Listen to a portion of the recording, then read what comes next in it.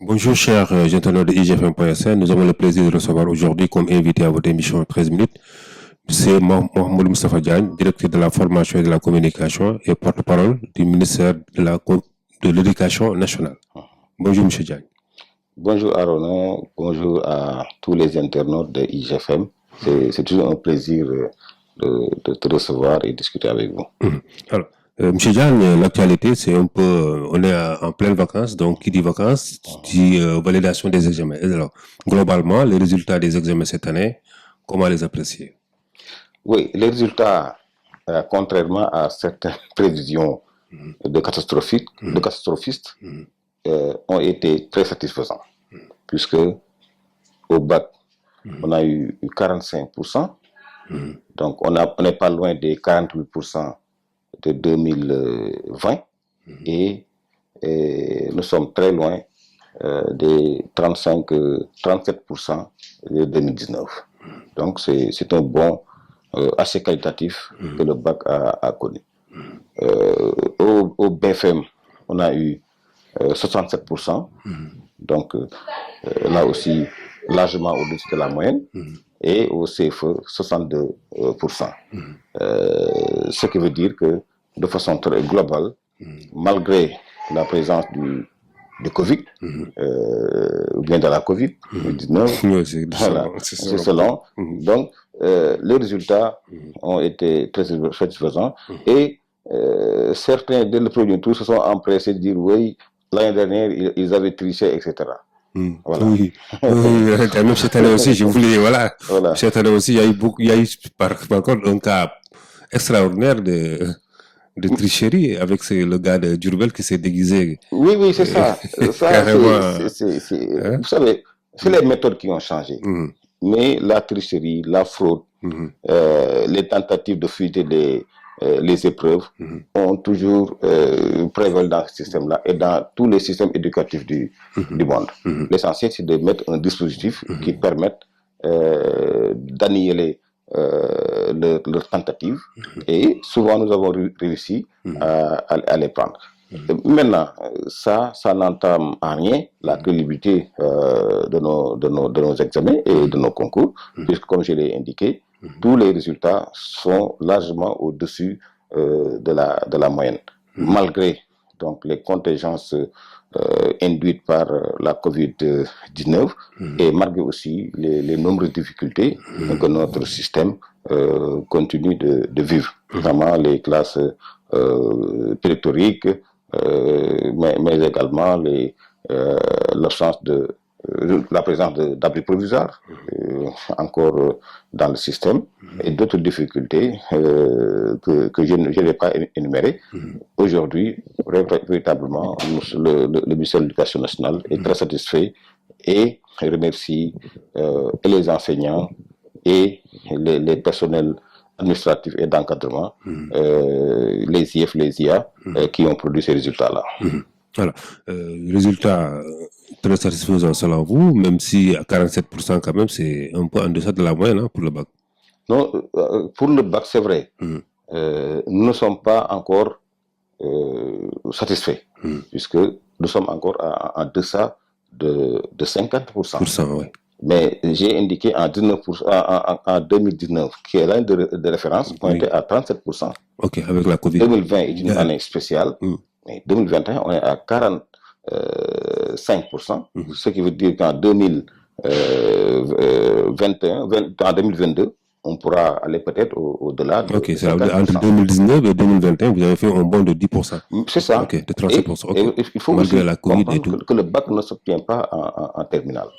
Parce que le bac, c'est clos trois cycles. Le cycle élémentaire, le cycle moyen et le cycle secondaire.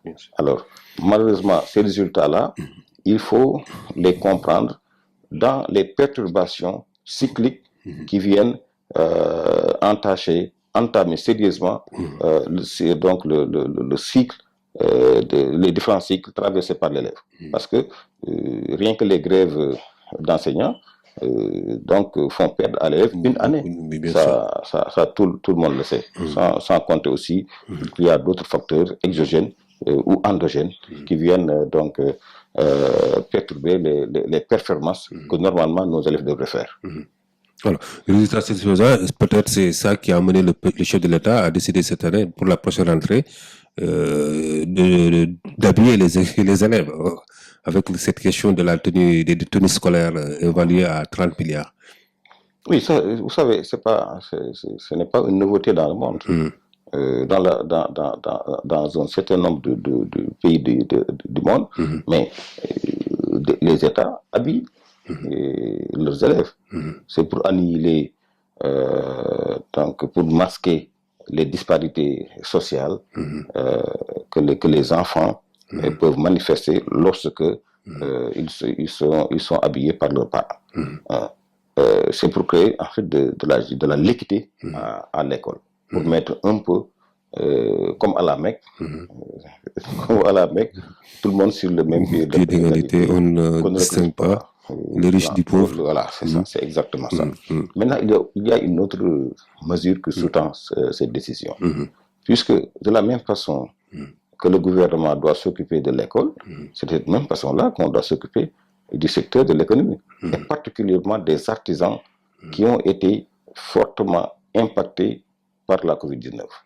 C'est pourquoi le chef de l'État a décidé, à travers cette mesure, d'aider et de booster le secteur de la couture, notamment les tailleurs, pour les aider à avoir des marchés, pour les aider évidemment à avoir des ressources suffisantes qui leur permettent de faire face. Et ça, personne ne peut le dénier à un État responsable, puisqu'on ne peut pas dire que seulement l'école est simplement la priorité du gouvernement.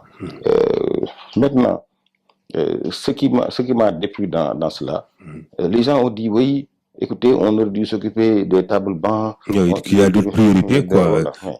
Voilà, des salles de classe suffisantes, des tables bancs, voilà. C'est ça.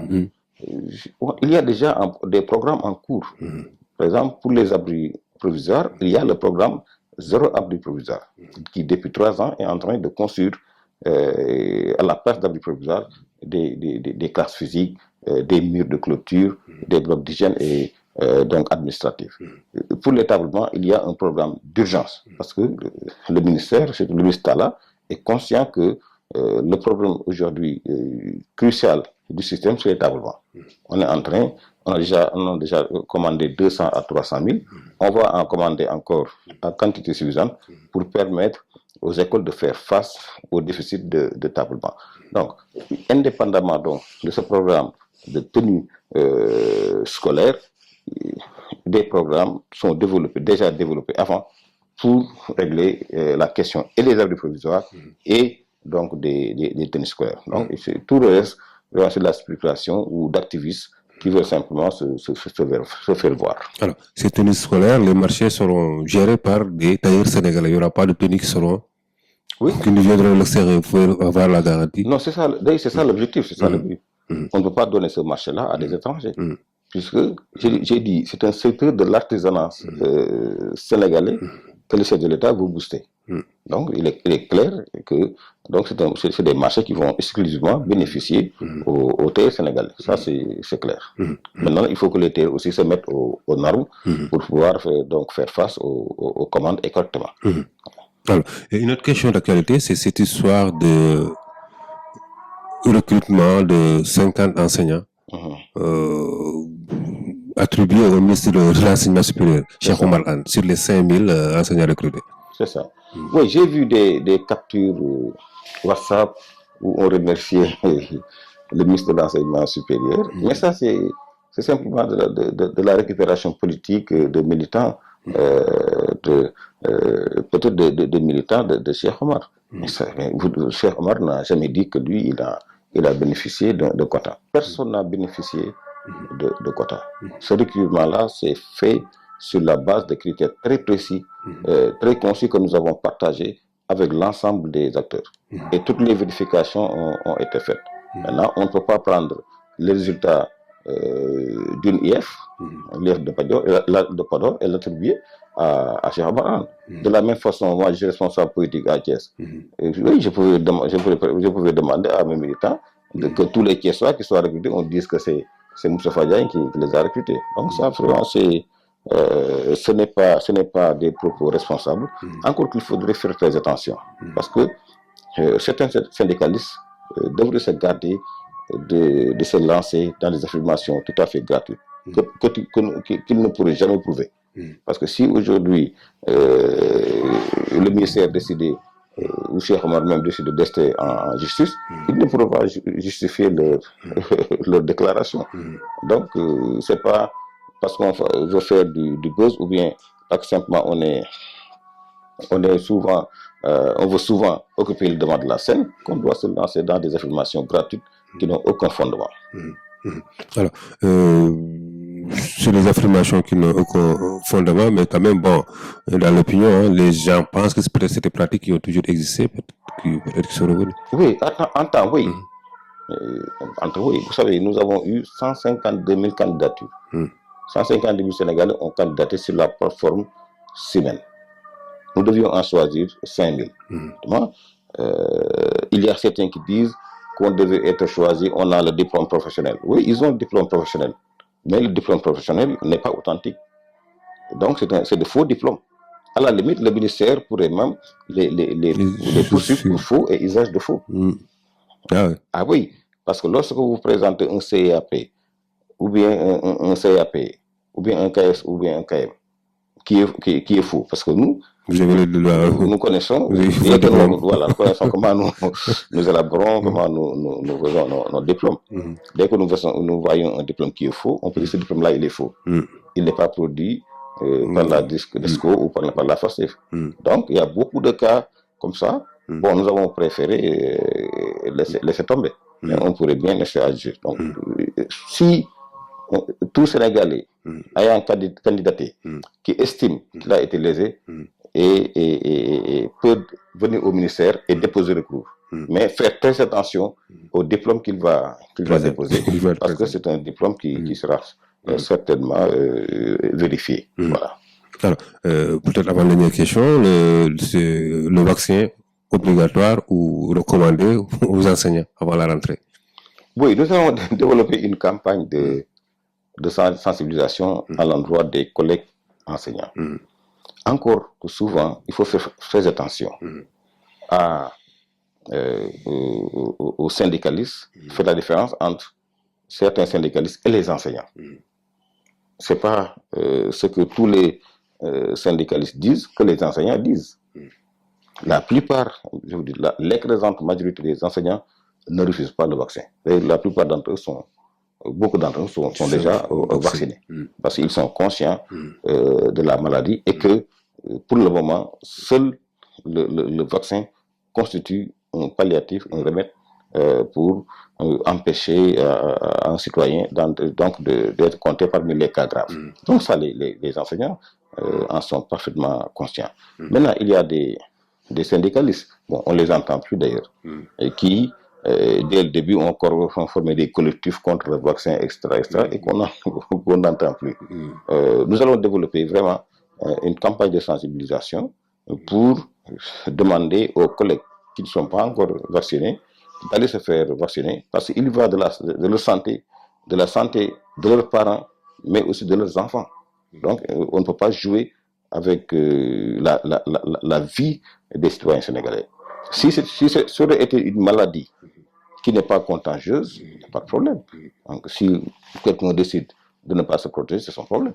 Mais c'est une maladie qui est contagieuse, donc qui peut non seulement vous tuer, mais par le fait que vous avez refusé d'être immunisé, donc de faire tuer un non citoyen.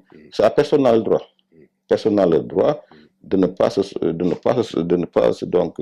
vacciner pour exposer donc les autres Sénégalais. Ça c'est clair, et les enseignants l'ont compris, parce que les enseignants sont différents de 2 ou 3 syndicalistes qui souvent, pour des raisons politiques, font des déclarations à tout va qui ne sont fondées sur aucune perspectives objectives. Donc c'est clair. Donc bientôt en relation avec le ministère de la Santé, qui nous a déjà adressé une correspondance, nous allons travailler pour que tous les enseignants et que tous les élèves soient vaccinés. Donc, merci chers internautes de IGFM.sn. Nous avons eu le plaisir de recevoir aujourd'hui comme invité à votre émission 13 minutes, M. Mahmoud Moustapha Diagne, directeur de la formation et de la communication et porte-parole du ministère de l'Éducation nationale. Merci.